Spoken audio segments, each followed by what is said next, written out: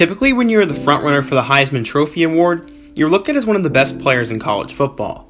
But what if I told you that the player in today's video was passed on 254 times in the NFL draft? Today's video is about Collin Klein, the former Kansas State star quarterback who took the nation by storm back in 2013. We will look back at his journey, revisit his days at Kansas State, and what he is doing now.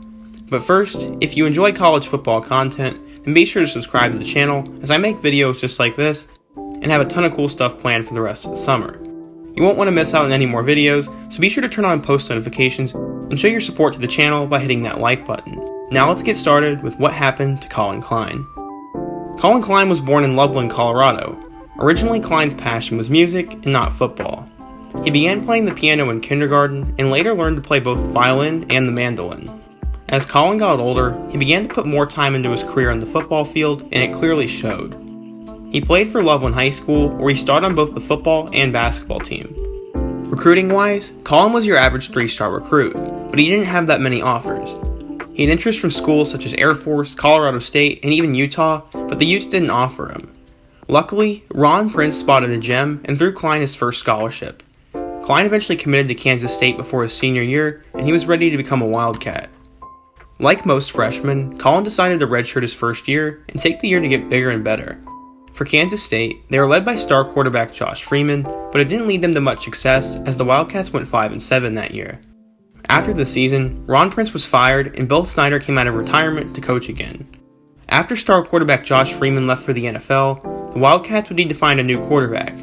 Unfortunately, it would not be Klein though, as he would go on to play wide receiver his first year. K-State brought back a lot of talent that included Carson Kaufman, Daniel Thomas, and Brandon Banks, but they brought in very little young talent as their recruiting class was ranked 70th in the nation. K-State had an interesting season. They opened up with a win, but then went on to lose a head-scratching game to Louisiana Lafayette in Week 2. They would go on to beat Tennessee Tech, Iowa State, Texas A&M, Colorado, and Kansas to get to 6-6 and finish third in the Big 12 North. Despite winning 6 games, Kansas State did not receive an invitation for a bowl. For Klein, he caught 6 passes for 38 yards and a touchdown to wrap up his freshman year. Going into his sophomore year, Klein decided to make the move back to quarterback and compete for the starting job. Carson Kaufman would once again get the starting nod, but Klein would get his opportunity. The Wildcats brought back Kaufman, Daniel Thomas, and David Garrett, coupled with a number 76 overall recruiting class headlined by DeMarcus Robinson. The Wildcats began their season with huge wins over UCLA, Iowa State, and UCF to start the season 4-0. They would go on to lose 3 of their next 4 games before a huge game against Texas. Starting quarterback Carson Kaufman went down with an injury, so Klein became the starter. In this game, Klein ran for over 100 yards and scored 2 touchdowns to lead them to a win. Pretty good first start if you ask me. Kaufman would return to the starting lineup though, and he helped lead Kansas State to a 6-6 record once again, except this time they would get a bowl bid. The Wildcats played Syracuse in the Pinstripe Bowl, where they would go on to lose by 2 in a thrilling game. For Klein as a quarterback, he threw for 138 yards, 1 touchdown, and no interceptions while completing 61.1% of his passes. As a rusher, he ran for 430 yards and 6 touchdowns while averaging 5.7 yards a carry. Overall, Klein had begun to show a lot of potential, and he was ready for the team to be handed over to him. Going into his junior year, Klein was named the starting quarterback. The Wildcats brought back John Hubert, Chris Harper, and Arthur Brown, combined with the number 51 recruiting class headlined by a young star by the name of Tyler Lockett. Led by Klein, the Wildcats started the season 7-0 with wins over Miami, Baylor, Missouri, and Texas Tech.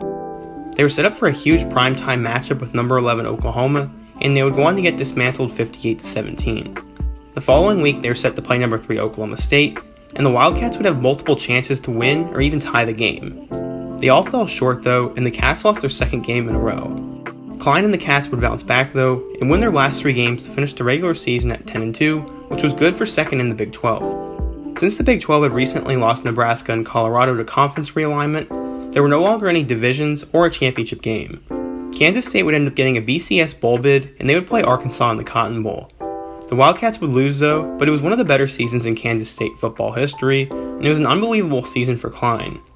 As a passer, Klein threw for 1,745 yards, 12 touchdowns, and 5 interceptions while completing 57.8% of his passes.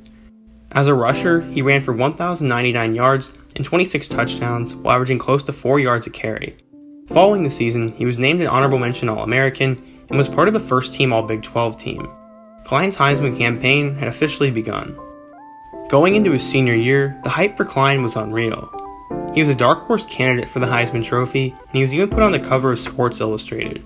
The Wildcats returned running back John Huber and wide receivers Chris Harper and Tyler Lockett, along with the number 73 recruiting class headlined by Tay Bender. They came into the year ranked number 22 and once again got off to a hot start.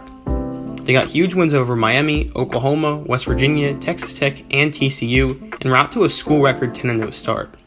At this point, it seemed the Heisman was Klein's to lose. Kansas State was now ranked number 1 in the country and a legitimate title contender, but their luck would soon run out. This time it was a game against Baylor. The Bears got on board quickly, and they continued to pile it on the rest of the night. Shockingly, Baylor won 52-24 in blowout fashion.